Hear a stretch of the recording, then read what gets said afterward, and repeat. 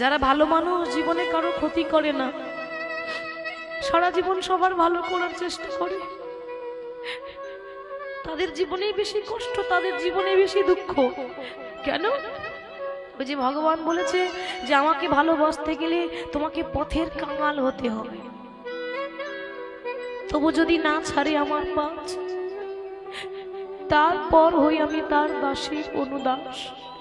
বিভীষণ, আমি জগৎবাসীকে দেখিয়ে দিলাম যে দেখে নাও, আমাকে পেতে গেলে বিভীষণের মতো বলিদান দিতে হবে, আমাকে পেতে গেলে বিভীষণের মতোই কষ্ট করতে হবে।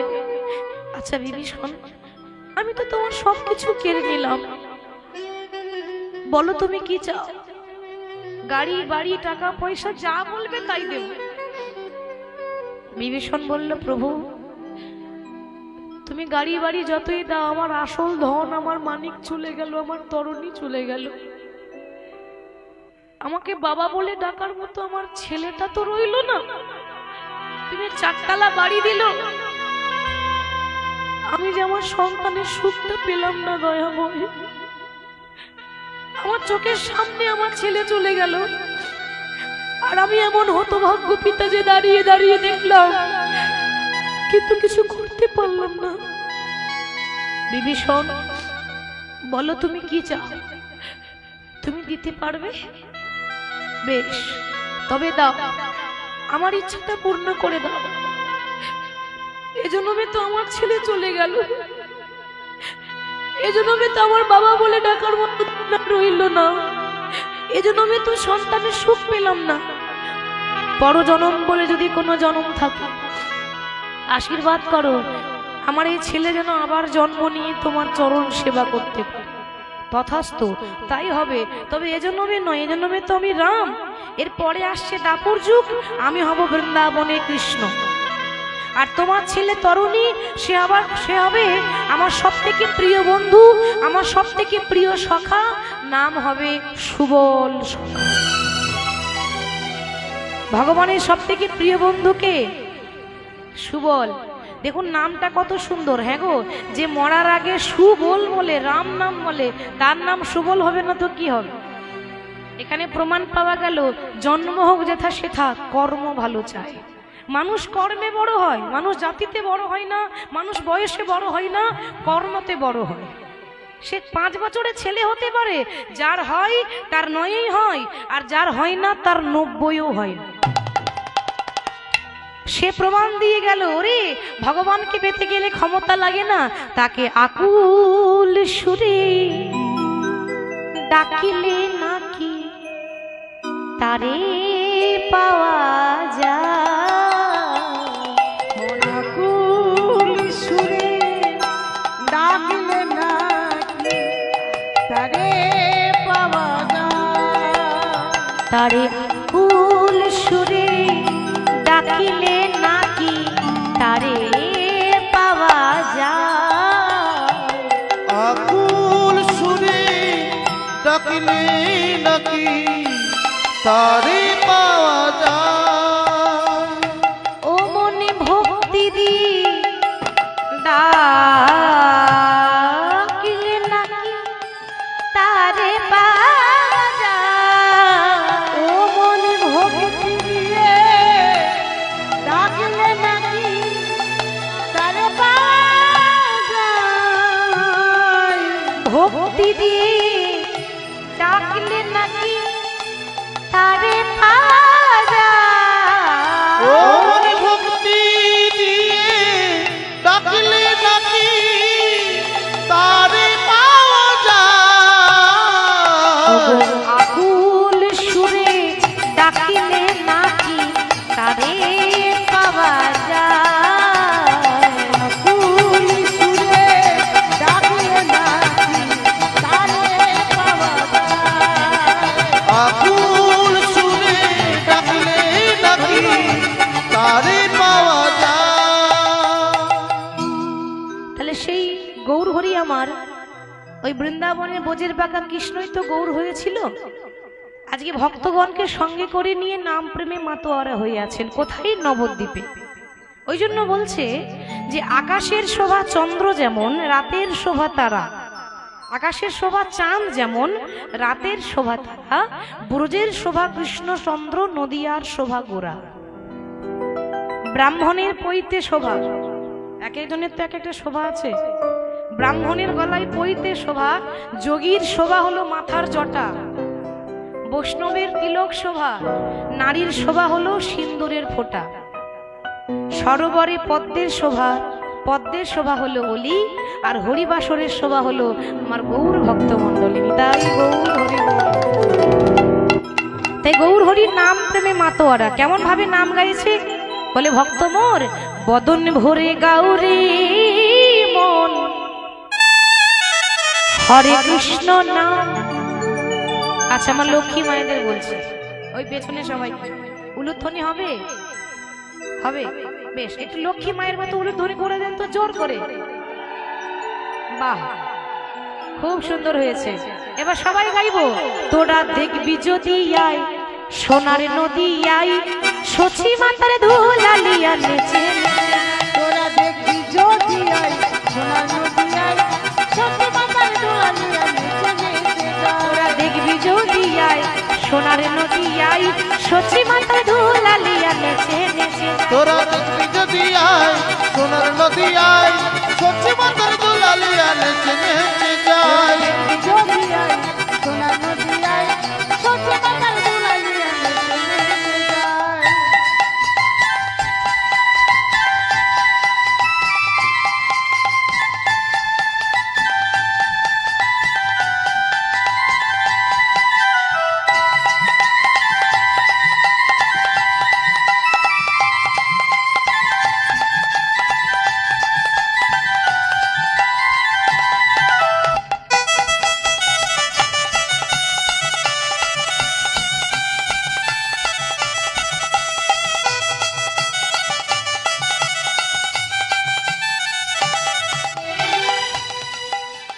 সচি মাতার দুলালিয়া নদিয়ার শ্রী গোরা,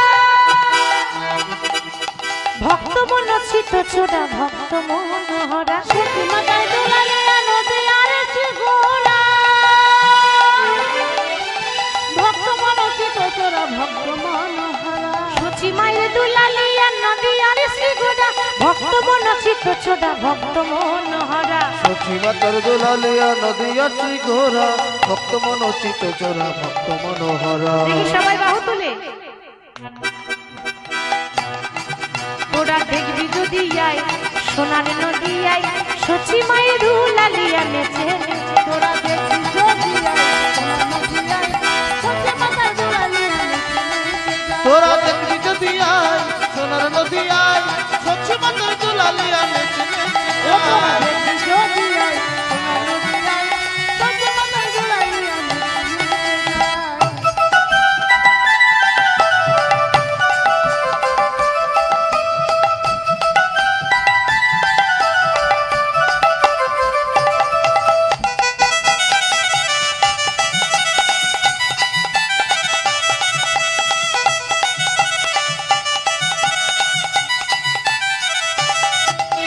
হরে কৃষ্ণ কৃষ্ণ কৃষ্ণ হরে হরে, হরে রাম রাম রাম হরে। হরে কৃষ্ণ কৃষ্ণ কৃষ্ণ হরে হরে, হরে রাম রাম রাম হরে হরে। হরে কৃষ্ণ কৃষ্ণ কৃষ্ণ হরে হরে, হরে রাম রাম রাম হরে হরে। হরে কৃষ্ণ কৃষ্ণ কৃষ্ণ হরে হরে, হরে রাম রাম রাম হরে হরে। আসলে কলিযুগ তো, সব জায়গায় একই কেস। আমরা কলিযুগের ভক্ত, ওই জন্য আমাদের এই করতালিগুলো হয়ে গেছে প্লাস্টিকের করতালি, সাউন্ড হয় না। ঠিক বলছি তো মায়েরা? তবু আপনারা দিচ্ছেন, এমন এমন জায়গা কপাল জুটে যায়, 10 বার বলবো তবে একবার করতালি দেবে, 10 বার বলবো তবে একবার ধ্বনি দেবেন, না দেবেন। কলিযুগ তো সব উল্টো। যদি বলি একটু করতালি দেন, বলে এই তো দিচ্ছি, আবার কি করে দেবো? তো কি করে দেয় জানেন? এরকম করে দিলে হবে? একেবারে আশেপাশে গ্রামের মানুষ যেন শুনতে পায় এখানে কীর্তন হচ্ছে, একটু জোরে জোরে আস্তে আস্তে দিলে হবে না, একেবারে জোরে জোরে করতালি দিয়ে। তোরা দেখবি যদি আয় সোনার নদী আই, সচি মায়ের দুলালিয়া নেচে নেচে যায়। তোরা দেখবি যদি আই সোনার নদী আই, সচি মাতার ধুলালিয়া নেচে নেচে যায়। দেখবি যদি আয় সোনার নদী আয়, সচ্ছি মন্দির দুলালি নেচে নেচে যায় নদিয়ায় সোনার নদিয়ায় সত্যি মায়ের দুলালি নেচে নেচে যায় দেখবি যদি আয় সোনার নদী আয় সচ্ছি মন্দির দুলালি নেচে নেচে যায় আজ গৌর হরি হঠাৎ নাম করছে। দেখুন, নাম করতেন যখন গৌর হরি, তো এক রকমের ভাব ছিল না, 8 রকমের ভাব ছিল গৌর হরির মধ্যে। কখনো তিনি গড়াগড়ি দিয়ে কেঁদে কেঁদে নাম করতেন, কখনো আবার লম্পে ঝম্পে নাম করতেন গৌর হরি। তা হঠাৎ কি হলো জানি, নাম করতে করতে নবদ্বীপে দেখছে সামনে একটা তমাল গাছ। গৌর হরি দেখছে সামনে একটা তমাল। তমাল গাছ কেমন হয় বলুন তো? তমাল গাছটা কালো, তমাল গাছের গায়ের রং কালো। তমাল কালো আর আমার কৃষ্ণ কালো। তো ওই তমাল গাছটাকে দেখে গৌর হরি মনে মনে ভাবছে যে আমার কৃষ্ণ ওইখানে দাঁড়িয়ে আছে। ভাবছে ওটা তমাল গাছ নয়, ওইটা আমার কৃষ্ণ দাঁড়িয়ে আছে। আর কৃষ্ণ মনে করে ধরবো বলে নাম বন্ধ করে ছুটে ছুটে যাচ্ছে। মহাজন বলছে, সবাটি কেমন? ওগো উন্মাদিনী নেই প্রভু,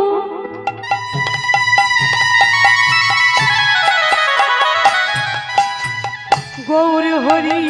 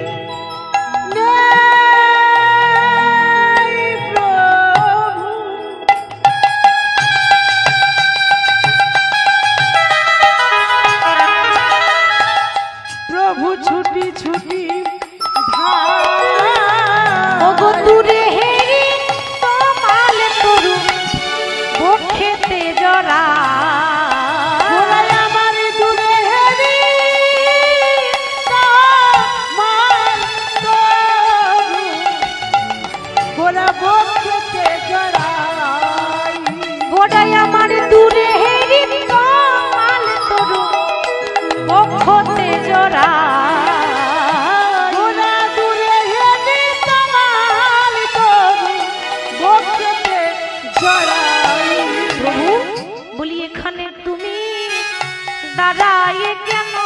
বলো বলো এখানে তুমি দাঁড়াইয়ে কেন? বলি বলো বলো একবার কথা বলো। বলি এখানে তুমি দাঁড়ায় কেন? বলো বলো একবার কথা বলো, এখানে তুমি দাঁড়াইয়ে কেন? বলি একবারে আমার সঙ্গে কথা বলো। বলি বলো বলো তুমি দাঁড়ায় কেন? ধ্বনি গাই কথা বলো, বলো বলো কেন দাঁড়াই তুমি আমার শোনে কথা বলো, বলো বলো তুমি দাঁড়াই কেন আমার শোনে কথা বলো। বলো বলো তুমি দাঁড়াই কেন পুরবীর ভাবে বিভোর হয়ে বলে, বলো বলো তুমি দাঁড়াই কেন রাধা ভাবে বিভোর হয়ে বলে, বলো বলো তুমি দাঁড়াই কেন ব্রজ ভাবে বিভোর হয়ে বলে, বলো বলো তুমি দাঁড়াই কেন কেউ কি সঙ্গে নেই নাই বধূ, বলো বলো তুমি দাঁড়াই কেন কেউ কি সঙ্গে নেই নাই বধূ, বলো বলো তুমি দাঁড়াই কেন কৃষ্ণ কালো কমল কালো, দাঁড়াই কেন আমার কৃষ্ণ কালো কমল কালো। বলো বলো তুমি দাঁড়াই কেন বলো বলো একবার হরি বল। কথা বলো, দূরে হেরি তার তরু বক্ষেতে জড়াই। তমাল গাছটাকে জড়িয়ে ধরেছে, দিয়ে বলছে প্রভাস প্রভাস বলি গোরা ভাসে আঁকি জলে। হাসি আখি জলে ওই না পুরাব পরল লীলা বাসু ঘোষে পুরাব পরল লীলা বাসু ঘোষ বলে। হরে কৃষ্ণ। আসুন আমরা লীলায় যাব, তার আগে আমরা গৌর চন্দ্রিকা শুনলাম। মানে নিয়ম আছে লীলায় যাওয়ার আগে একটু গৌর হরির কথা বলতেই হয়, গৌর চন্দ্রিকা বলতেই হয়। তো আমরা বৃন্দাবন যাব, আস্বাদন করব ভগবান শ্রীকৃষ্ণের অন্তিম লীলা প্রভাস যজ্ঞ। এত এত নদী থাকতে প্রভাস নদীর তীরে কেন যজ্ঞ হলো, সমস্ত বৃত্তান্ত আমরা লীলায় গিয়ে জানবো। তো আমার সঙ্গে বৃন্দাবন কে কে যাবেন হাত তুলে দেখার? সবাই যাবেন? ওই দেখুন মায়েরা, মা আমার অর্ধেকটা তুলেছে, এইটুকু তুললে এইটুকুই কিপা হবে, পুরোটা হবে না। পুরো কিপা নিতে গেলে পুরো হাত তুলতে হবে। দেখি হাত তুলুন কে কে যাবেন। বাহ, লক্ষ্মী মায়েরা, ঠিক আছে, মায়েরা আমার ঠিক আছে, আগে আছে। আর থাকবে না কেন, লেডিস ফার্স্ট তো, তাই না? ঠিক আছে, এরকমই দরকার। আচ্ছা বাবারা, আপনারা যাবেন না? তাহলে হাত তুলছেন না কেন? রাগ করেছেন নাকি? যাবেন তো? বেশ। আচ্ছা, বৃন্দাবন গেলে কার নাম গাইতে হয়? বাবা, তাহলে রাধা নাম একটু গাই। বলিয়ে রাধা নামে কি, রাধা রানী কি, বৃন্দাবন ধাম কি, বাকে বিহারী লাল কি, সকল ভক্ত বৃন্দ কি, যারা যারা ঘুমাচ্ছে তাদের কি, তাদেরও জয়। এই সর্বনাশ, বলছে যারা ঘুমাচ্ছে তাদের জয়, তাদের আরো বেশি করে জয়। ঠিক তো? ওমা, বারবার আপনাদের চরণ পাবো? একদিনের জন্য পেয়েছি, একদিনের জন্যই হয় বাবা, আবার কখন হবে তার ঠিক নেই। তাহলে আমরা, কথাতে আছে যে হরি নামে কি আনন্দ, ডুবলেই জানা যায়, না ডুবলে ভালো লাগবে। যাই হোক, আমরা চলুন বৃন্দাবন যাব, একটু রাধা নাম গাইতে গাইতে সবাই গাইবেন। রাধা রাধা রাধা রাধা রাধা রাধা রাধা বলো ওরে মন। আচ্ছা, প্রত্যেকটা কীর্তনিয়া বৃন্দাবন গেলেই রাধা নাম করে, কেন বলুন তো? রাধারানীর কৃপা ছাড়া কবু কৃষ্ণ কৃপা নয়, এটা লোক মুখে কথা নয়, শ্রীমদ ভাগবত গীতায় কয়। বলছে কৃষ্ণের কৃপা পেতে গেলে আগে রাধারানীর পারমিশন চাই, ওই জন্য আমরা রাধার নামটা আগে করি, আগে রাধা পরে কৃষ্ণ। কেউ কৃষ্ণ রাধা বলে, রাধা কৃষ্ণ। রাধারানীর নাম করে যাব। যদি যাবি, যদি যাবি, যদি যাবি মধুর বৃন্দাবন, ও রাধা রাধা রাধা রাধা রাধা রাধা রাধা বলো ওরে মন, যদি যাবি মধুর বৃন্দাবন। রাধা রাধা রাধা বলো ওরে মন, যদি যাবি মধুর বৃন্দাবন। ও রাধা রাধা রাধা রাধা বলো ওরে মন, যদি যাবি মধুর বৃন্দাবন।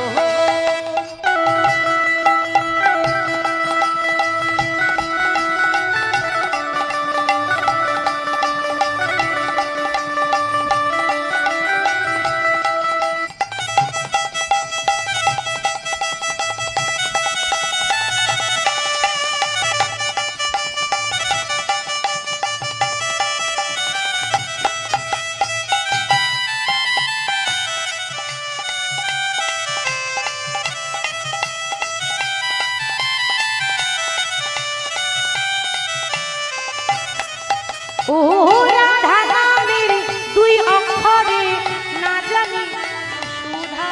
ও রাধা নামের দুই অক্ষরে না জানি কত শোভা। ও রাধা নামের দুই অক্ষরে না জানি কত সুধা।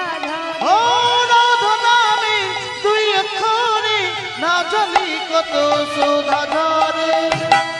ও রাধা রাধা, ও রাধা রাধা, ও রাধা রাধা রাধা বলে ওরে মন, যদি যাবি মধুর বৃন্দাবন। ও রাধা রাধা রাধা রাধা বলো ওরে মন, যদি যাবি মধুর বৃন্দাবন। ও রাধা রাধা রাধা রাধা বলো ওরে মন, ওরে মন, যদি যাবি মধুর বৃন্দাবন।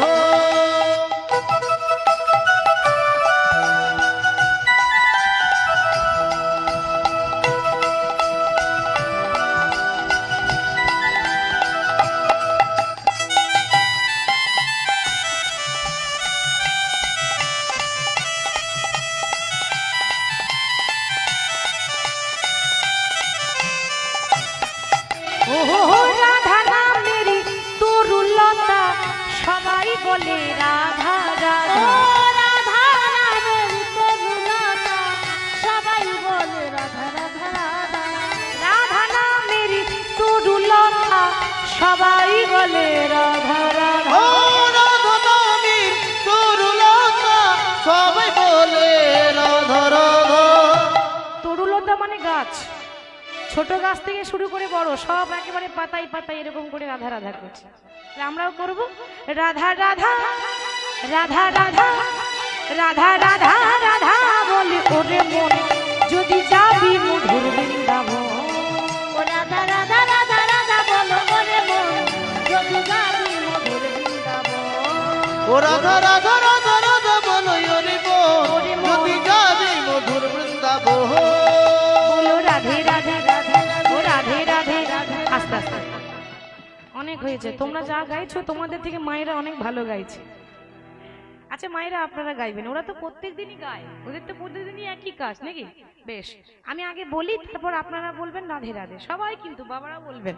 বলুন রাধে রাধে। वृंदावन में केशी घाट में बंशीवट में गली गली में अरे कुंज गली में निधुवन में मधुबन में तालवन में भांडीरवन में द्वादशवन में हमारो प्यारी सबकी प्यारी प्रेम से बोलो भाव से बोलो हाथ उठा के ताली बजा के अरे जोर से बोलो और जोर से और जोर से और जोर से ओ राधे राधे ओ राधे राधे ओ राधे राधे ओ राधे राधे ओ राधे राधे ओ राधे राधे ओ राधे राधे राधे बोलिए राधा रानी की जय। এবার ভালো সাউন্ড হয়েছে। রাধা রাধা রাধা বলে ওরে মন যদি যাবি মধুর বৃন্দাবন। ও রাধা রাধা রাধা রাধা বলো ওরে মন যদি যাবি মধুর বৃন্দাবন। ও রাধা রাধা রাধা রাধা বলো ওরে মন যদি যাবি মধুর বৃন্দাবন। রাধা রাধা রাধা রাধা বলো ওরে মন যদি যাবি মধুর বৃন্দাবন। মধুময় শ্রীধাম বৃন্দাবন ধাম। বৃন্দাবনে আজকে রাধারানীর দশাটি কেমন আপনারা জানেন? বৃন্দাবনে কৃষ্ণ নাই, কারণ 100 বছর আগে কৃষ্ণ ছেড়ে চলে গেছে। 100 বছর আগে কৃষ্ণ বৃন্দাবন ছেড়ে মথুরা গেছে মা।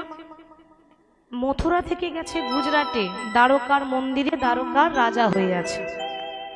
100টা বছর হয়ে গেল কৃষ্ণ ফিরে এলো না, এটাই তার অন্তিম লীলা, ওই জন্য বলে প্রভাস তীরে মিলন। তো 100টা বছর হয়ে গেল কৃষ্ণ ফিরে এলো না। আর 100 বছর আগে যখন কৃষ্ণ বৃন্দাবন ছেড়ে গিয়েছিল সেদিন রাধারানী যে শাড়িটা পরেছিল এখনো পর্যন্ত ওই শাড়িটাই পরে আছে। 100 জায়গায় ছেঁড়া, ধুলো, বালি, নোংরা, ময়লা লেগে আছে। কিন্তু মাগো,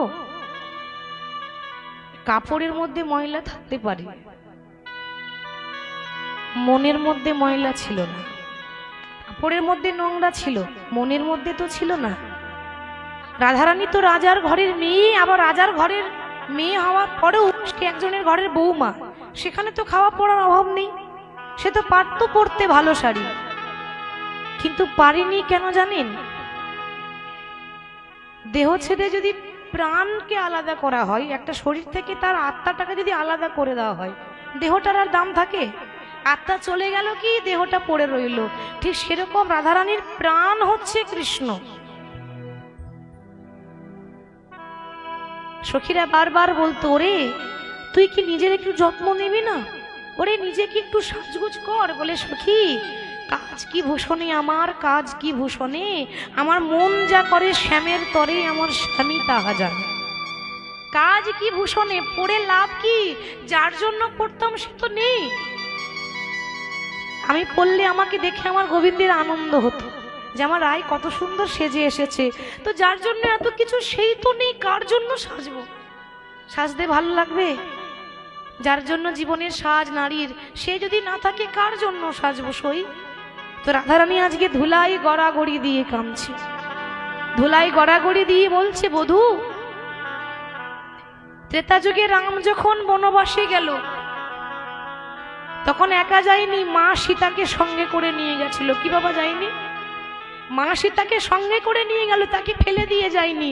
তা তুমি যখন মথুরা চলে গেল তখন তুমি আমায় কেন সঙ্গে করে নিয়ে গেলে না প্রভু? ধনী কাঁদে কৃষ্ণ,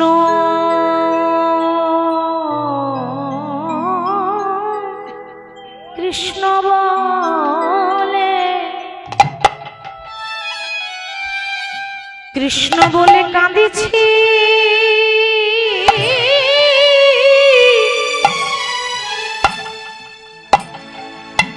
ওগো কাঁদছে ধনে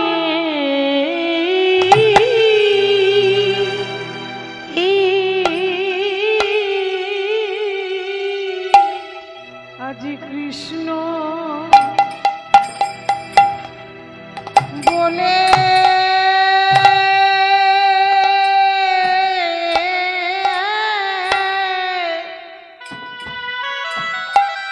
কাঁদিছে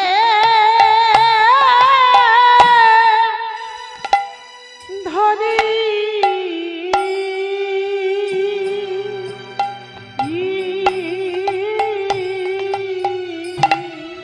ধনিয়া যে কৃষ্ণ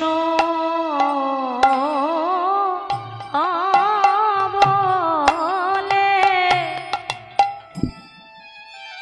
কৃষ্ণ বলে কাঁদেছি,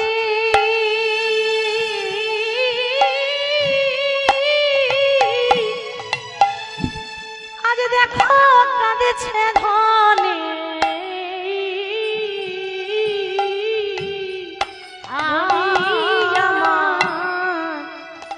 কৃষ্ণ বলে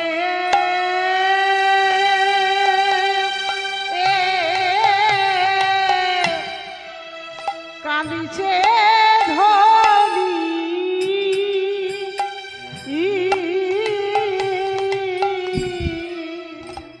বলে আমায় কেন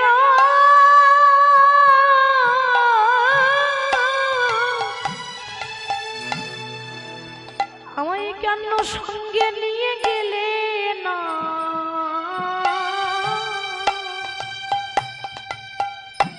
ধনী আমার কৃষ্ণ বলে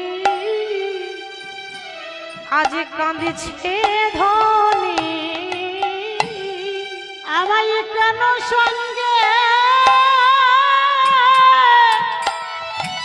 কেন সঙ্গে নিলে না বন্ধু? ও আজ কৃষ্ণ বলে কাঁদিছে ধনী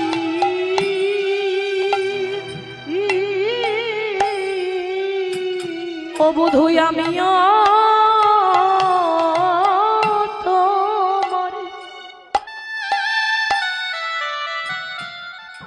তোমার সঙ্গে যেতাম। ধনী আমার কৃষ্ণ বলে আজ কাঁদেছে ধনী, বন্ধু আমিও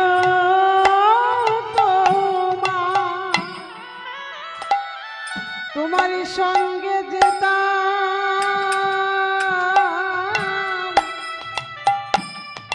কেন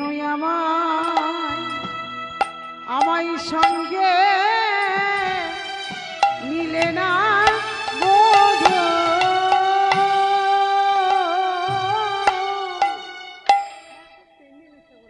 ধনী বললেন বধূ হে, তুমি যখন গেলে তখন আমাকে সঙ্গে করে নিয়ে গেলে না কেন? রাম যখন বনে গেল তখন তো সীতাকে নিয়ে গেছিল, তাহলে তুমি আমাকে কার জন্য রেখে গেলে? কাঁদতে কাঁদতে হঠাৎ ওই বৃন্দাবনে যে ধুলো রয়েছে মা, ওই ধুলোর মধ্যে রাধারানী ছবি আঁকছে। আমরা যেমন খাতার মধ্যে ছবি আঁকি, তা রাধারানী আমার ধুলোর মধ্যে ছবি আঁকছে।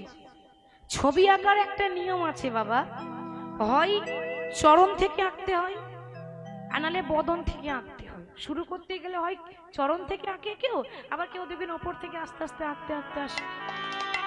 তো রাধারানী বালির ওপরে আঙুলটা দিয়ে যখন এরকম করে কৃষ্ণের ছবি আঁকছে মা, তো ছবিটা আঁকছে কিরকম দেখুন, চরণটাও আঁকলো না আর বদনটাও আঁকলো না, প্রথমেই আঁকছে কোমরটা। কৃষ্ণের যে কোমর সেটা ছবির মধ্যে আগে আঁকছে। মহাজন বলছেন কেমন ভাবে আঁকছে? ধনী আমার ধনী আঁকি আসে কোটি, পরাইল ধুতি কত যতনে প্যারি, কত যতনে প্যারি।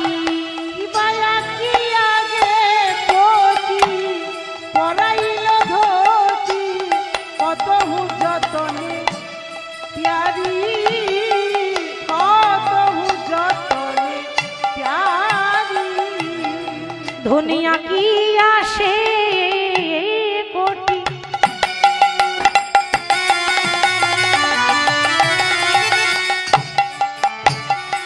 ধনী আমার পরাইল ধুতি কত যতনে প্যারি, কত যতনে প্যারি। আখি আগে কোটি, পরাইল ধুতি কত যতনে প্যারি, কত যতনে প্যারি। ধনী আমার যতন করে পরাইয়ে দিল, ধনী যতন করে পরাইয়ে দিল, যতন করে পড়াই দিল। আমার শ্রী গোবিন্দের কোটিতে ধতি যতন করে পরাইয়ে দিল। আজ শ্রী গোবিন্দের কোটিতে ধতি যতন করে পরাইয়ে দিল, কত যতনে প্যারি, কত যতনে প্যারি। রাধারানী যখনই ছবি আঁকতে আঁকতে কৃষ্ণের মুখটাও আঁকলো না, চরণটাও আঁকলো না, আগেই কোমরটা আঁকছে। তখন ললিতা পাশে বসেছিল, বলছে কি রে রাধে, তুই যখন আঁকা শিখেছিলিস তখন গুরু ধরে আঁকা শিখিসনি? কি গো, গুরু ধরে আঁকা শিখলে ভুল হবে না, নিশ্চয়ই গুরু ধরে আঁকা শিখিসনি বলে ভুল হচ্ছে। রাধারানী বলে ললিতা রে, ললিতা আমি যখন আঁকা শিখেছিলাম না তখন গুরু ধরেই শিখেছিলাম, কিন্তু আমি ভাবলাম যে আমি যদি চরণটা থেকে আঁকতে শুরু করি, 100 বছর আগে কৃষ্ণ আমাকে ছেড়ে চলে গেছে, বহু চেষ্টা করে ধরে রাখতে পারলাম না, কাল বলে কালা চলে গেল। যাবার সময় বলেছিল রাধে তুমি আমার পথে দাঁড়িয়ে বাধা দিও না, তুমি কেঁদো না, আমি আজ যাচ্ছি, আমি আবার কালকে চলে আসবো। আর এসেছে? আর এলো না, চলে গেল।